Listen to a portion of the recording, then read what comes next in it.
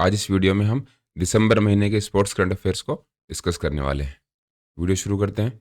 वैशाली रमेश बाबू ने किस टूर्नामेंट में ग्रैंड मास्टर का खिताब अर्जित किया? ग्रैंड मास्टर हैं तो ग्रैंड मास्टर का मतलब है ये है चेस से रिलेटेड टूर्नामेंट। और क्या नाम है? वैशाली रमेश बाबू। तो टूर्नामेंट कौन सा था? 4L लोब्रेगेट open. ये इसके अंदर हमारा करेक्ट आंसर है। ये देखिए, ये है वैशाली। और इसके साथ साथ कोनेरू हम्पी और हरिका द्रोणावल्ली, इनके बाद करने वाली ये भारत की तीसरी महिला बन गई हैं। इनसे पहले किन्होंने किया था? कोनेरू हम्पी और हरिका ने। कौन सा ओपन जीता ये आपको ध्यान में रखना है। 4EL लोब्रेगेट open tournament. वांगजो 2022 एशियाई पैरा खेलों में शीतल देवी ने कौन से पदक जीते हैं? तो वांगजो के अंदर जो शीतल देवी हैं उनके हमसे मेडल पूछे गए हैं। पैरा गेम्स की बात हो रही है तो इनके मेडल्स हम देखते हैं। ये इन्होंने जीते हैं इंडिविजुअल एंड टीम इवेंट्स के अंदर गोल्ड मेडल इन्होंने अपने नाम किए हैं। ये देखिए, ये है शीतल देवी। और इनका जो गेम है वो यहाँ पर आप इनको देख सकते हो। इनका गेम कौन सा है? तीरंदाजी। पैरा तीरंदाज है ये, या फिर इनको आप क्या बोल सकते हो? Para Archer. आर्चरी इनका गेम है। ये देखिए, ये ऐसे तीर कमान जो प्लेयर अपने हाथों से लगाते हैं, इन्होंने अपने पैरों से लगाए हैं, क्योंकि ये किस में थे? पैरा गेम्स के अंदर थे। ये आपको ध्यान में रखना है। शीतल देवी के बारे में आपसे पूछ सकते हैं। इंडिया की ये क्या है? पैरा आर्चर है। और इसके साथ साथ इनको क्या दिया गया है? एशियाई पुरस्कारों के चौथे एडिशन के अंदर सर्वश्रेष्ठ युवा एथलीट का इनको प्रतिष्ठित खिताब मिला है। सबसे युवा एथलीट हमारी शीतल देवी कितने साल की हैं? 16 साल की। कौन सा मेडल जीता है? Gold medal. कौन कौन से कैटेगरी के अंदर? इंडिविजुअल और टीम इवेंट के अंदर। 2023 के लिए टाइम पत्रिका का एथलीट ऑफ द ईयर किसे नामित किया गया है? एथलीट ऑफ द ईयर के बारे में पूछा है। टाइम मैगजीन बहुत ही एक प्रतिष्ठित मैगजीन है। उसके अंदर 2023 का एथलीट ऑफ द ईयर किसको चुना गया ये हमसे पूछा है। तो वो है लियोनल मेसी। 20 के अंदर हमारा करेक्ट आंसर हो जाएगा। ये है लियोनल मेसी। अर्जेंटीना के ये फुटबॉल आइकन है। अर्जेंटीना को ये अभी जो लास्ट फुटबॉल वर्ल्ड कप हुआ था उसके कैप्टन भी थे। और अर्जेंटीना को इन्होंने वर्ल्ड कप जिताया है। कितने साल बाद में? 36 वर्षों के बाद अपना खिताब हासिल किया। कब? 2022 के अंदर। इसलिए 2023 का एथलीट ऑफ द ईयर किसको चुना गया है? लियोनेल मेसी को। अर्जुन पुरस्कार के लिए किसे नामांकित किया गया है? तो वो किया गया है मोहम्मद शमी को। सी इसके अंदर हमारा करेक्ट आंसर है। वनडे वर्ल्ड कप के अंदर इन्होंने 24 विकेट लिए थे और सबसे ज़्यादा विकेट लेने वाले में ये सबसे पहले नंबर पर थे। इसलिए इनको अर्जुन पुरस्कार की सूची में शामिल किया गया है। मेजर ध्यानचंद खेल रत्न पुरस्कार के लिए किसे नॉमिनेट किया गया है? तो वो अब की बार किया गया है सात्विक साईराज और चिराग शेट्टी को। ये दोनों ही किसके प्लेयर हैं? बैडमिंटन के। इसका क्या मतलब हुआ कि इन दोनों प्लेयर को मेजर ध्यानचंद खेल रत्न पुरस्कार मिलने वाला है। दोनों ही नाम आपको ध्यान में रखने हैं, सात्विक साईराज और चिराग शेट्टी। बैडमिंटन इनका गेम है। एडमिरल कप किस श्रेणी में प्रदान किया जाता है? एडमिरल कप के बारे में बात हो रही है और ये है सेलिंग से संबंधित, जिसको हम नाव चलाना बोलते हैं। एडमिरल कप सेलिंग रेगाटा 12वां जो एडिशन था वो कहाँ पर हुआ था? एट्टिकुलम INA एजिमेला में। इंपॉर्टेंट नहीं है लेकिन फिर भी आपको ध्यान में रखना है कि एडमिरल कप का अगर आपको क्वेश्चन मिले तो वो आपको कर देना है सेलिंग, या फिर नाव से संबंधित एक गेम होता है, उसमें एडमिरल कप की जो श्रेणी है वो हमें देखने को मिलती है। 2023 में IPL की ब्रांड वैल्यू क्या हो गई है? IPL की ब्रांड वैल्यू के बारे में पूछा गया है कि 2023 में उसकी क्या हो गई है। तो वो है $10.7 बिलियन। 20 के अंदर हमारा करेक्ट आंसर है। 10.7 बिलियन तक पहुंच गई है इसकी ब्रांड वैल्यू। और आपको पता ही होगा इसके जो डिजिटल स्ट्रीमिंग अधिकार हैं वो जियो सिनेमा के पास है। इसका मतलब है कि आप मोबाइल से IPL को फ्री में देख सकते हो। वो अभी कौन कर रहा है? जियो सिनेमा कर रहा है। यूनाइटेड वर्ल्ड रेसलिंग UWW द्वारा महिलाओं के बीच वर्ष का उभरता सितारा किसे नॉमिनेट किया गया है? देखिए, rising star of the year, ये वुमेन्स कैटेगरी के अंदर UWW ने किसको नॉमिनेट किया है? तो वो किया है अंतिम पंघाल को। 20 के अंदर हमारा करेक्ट आंसर है। ये है अंतिम Panghal, UWW rising star of the year. आपको ध्यान में रखना है 53 किलोग्राम वेट कैटेगरी के अंदर ये खेलती हैं और इनकी जो एज है वो कितनी है? 19 साल। 19 ईयर्स की ओल्ड में इनको rising star of the year चुना है यूनाइटेड वर्ल्ड रेसलिंग ने। अंतर्राष्ट्रीय टेनिस हॉल ऑफ फेम में शामिल होने वाले पहले एशियाई पुरुष कौन बने हैं? टेनिस हॉल ऑफ फेम की बात हो रही है तो उसमें बने हैं विजय अमृतराज और लिएंडर पेस। ये देखिए, ये है विजय अमृतराज और लिएंडर पेस, दोनों ही इंडिया के लिए टेनिस में अपना बहुत बड़ा नाम कर चुके हैं। तो इन दोनों को हॉल ऑफ फेम में शामिल किया गया है। एशिया की तरफ से हॉल ऑफ फेम में शामिल होने वाले ये पहले 2 खिलाड़ी हैं। काफ़ी इंपॉर्टेंट क्वेश्चन है, इससे आपको एग्जाम में क्वेश्चन पूछे जा सकते हैं। हाल ही में किस क्रिकेट बोर्ड ने पूर्व कप्तान MS धोनी द्वारा पहनी जाने वाली प्रतिष्ठित नंबर 7 जर्सी को रिटायर करने का फैसला किया है? तो MS धोनी का नाम आ रहा है, तो क्रिकेट बोर्ड हमारा कौन सा रहेगा?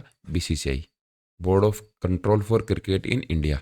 नंबर जो 7 की जर्सी है उसको रिटायर कर दिया गया है। रिटायर करने का मतलब है कि नंबर 7 की जर्सी का इंडियन क्रिकेट टीम में MS धोनी के अलावा कोई भी प्लेयर आपको पहना हुआ नहीं दिखाई देगा। इससे पहले क्या हुआ था, 2017 के अंदर सचिन तेंदुलकर की जो जर्सी नंबर था वो था 10, उसको भी रिटायर कर दिया गया है। तो आपको अब 7 नंबर की जर्सी और 10 नंबर की जो जर्सी का नंबर है, ये यहाँ पर आप नंबर देख सकते हो, ये किसी भी इंडियन क्रिकेट टीम के जो प्लेयर हैं उनको ये जर्सी पहनने की अनुमति नहीं दी जाएगी, क्योंकि इस जर्सी नंबर को रिटायर कर दिया गया है। ये उनके जो क्या है क्रिकेट का करियर रहा है उसको श्रद्धांजलि देने का एक प्रतीक है। अंतर्राष्ट्रीय टेनिस महासंघ द्वारा 2023 ITF विश्व चैंपियंस का नाम किसे दिया गया है? इंटरनेशनल टेनिस फेडरेशन ने 2023 ITF वर्ल्ड चैंपियंस किसको चुना है? तो वो है नोवाक जोकोविच और आर्यना सबलेंका। सी इसके अंदर हमारा करेक्ट आंसर है। यह नोवाक और यह है सबलेंका। अंतर्राष्ट्रीय टेनिस महासंघ ने 2023 ITF विश्व चैंपियंस के लिए इनको नामित किया है। दोनों ही नाम आपको ध्यान में रखना है। इन दोनों को क्यों चुना है? क्योंकि जोकोविच के बारे में तो आपको पता होगा, इन्होंने पुरुषों के अंदर टोटल 24 ग्रैंड स्लैम जीत लिए हैं, तो इनसे आगे अभी कोई भी नहीं है। 24 ग्रैंड स्लैम जीतने वाले दुनिया के ये पहले टेनिस खिलाड़ी बन गए हैं।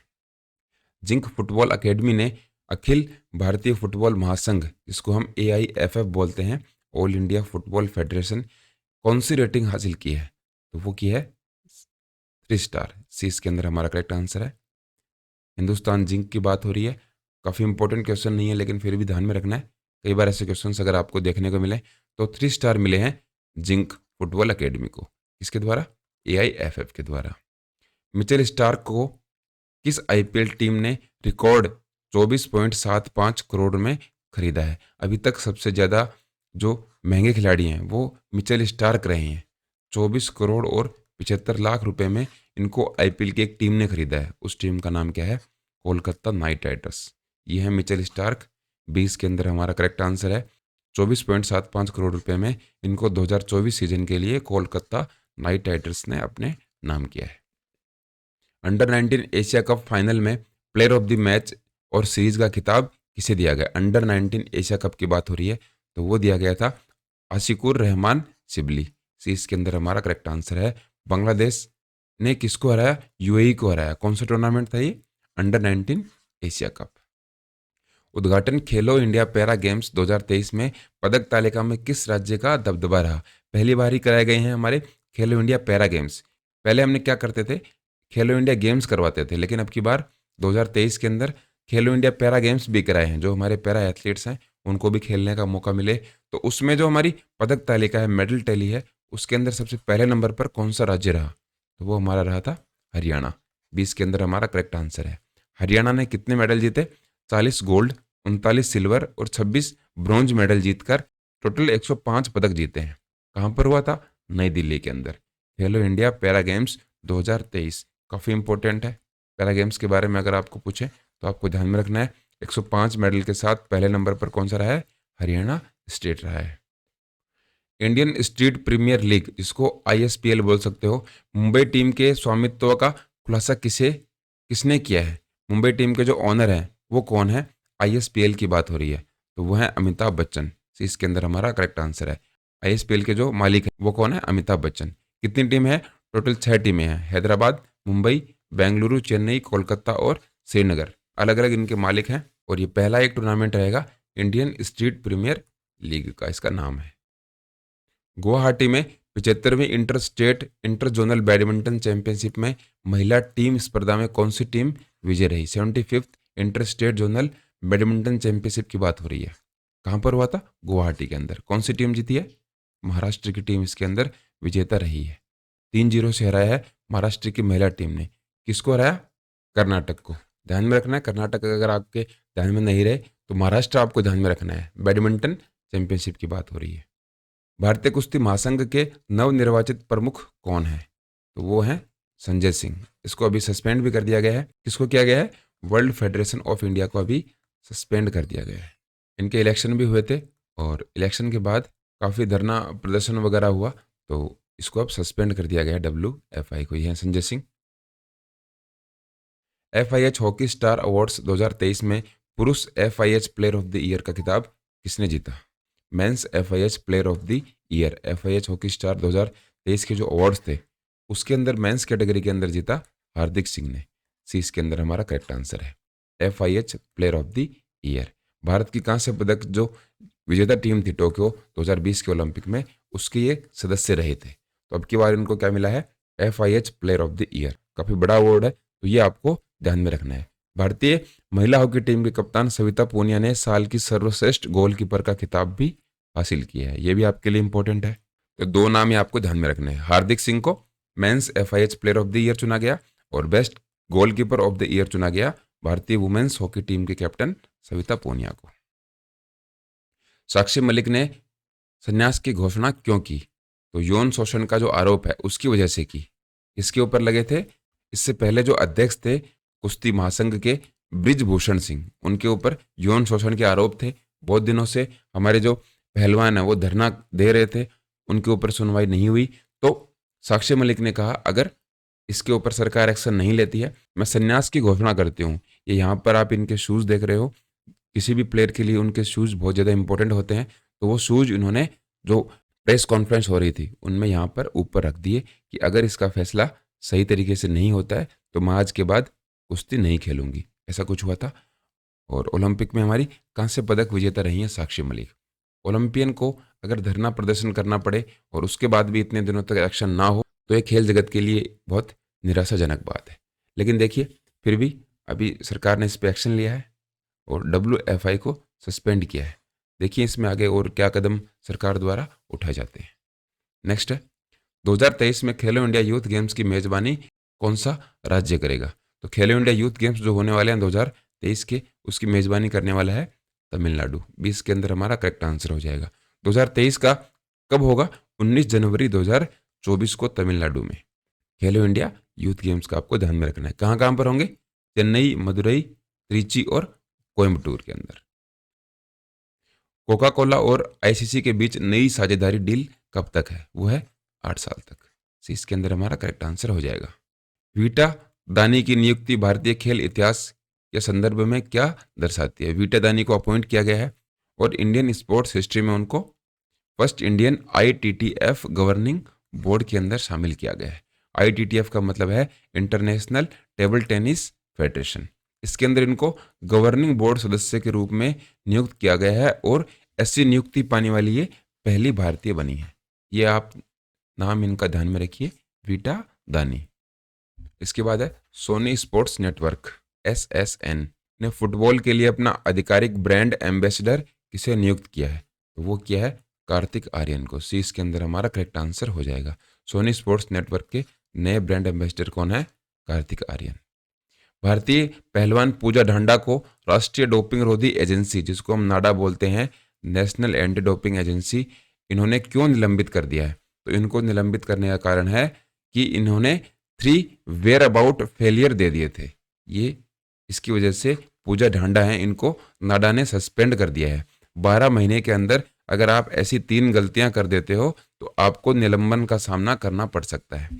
उनकी बहुत सारी प्रिकॉशंस होती हैं जिनको आपको ध्यान में रखना है। अगर आप इंटरनेशनल लेवल पे खेलते हो तो नाडा ये ध्यान रखता है कि आप एक साल में ये गलतियां 3 बार नहीं दोहराओ। अगर 3 बार गलतियां हो जाती हैं तो आपको सस्पेंड कर सकते, इसी वजह से इनको सस्पेंड कर दिया गया है। नवंबर 2023 के लिए ICC player of the month का पुरस्कार किसने जीता? तो वो जीता ट्रेविस हेड और नाहिदा एक्टर ने। 20 के अंदर हमारा करेक्ट आंसर हो जाएगा। ट्रेविस हेड ऑस्ट्रेलिया से हैं और नाहिदा हैं बांग्लादेश से। इसके बाद में ये लिस्ट पूरी आपके सामने है। 2023 के जो ICC player of the month हैं जनवरी से लेकर नवंबर तक। जो जनवरी 2024 की करंट अफेयर की वीडियो होगी उसके अंदर हम दिसंबर का भी बात कर लेंगे। तो जनवरी से लेकर दिसंबर के जो ICC player of the month है वो आपके सामने हैं 2023 के। इसमें से आपको लास्ट के 2-3 ध्यान में रखने हैं जो कि आपके अभी हाल फिलहाल में जो एग्ज़ाम होंगे उनके करंट अफेयर्स में क्वेश्चन पूछे जा सकते हैं। तो 2023 के दिसंबर महीने के स्पोर्ट्स करंट अफेयर्स में फ़िलहाल इतना ही। जय हिंद।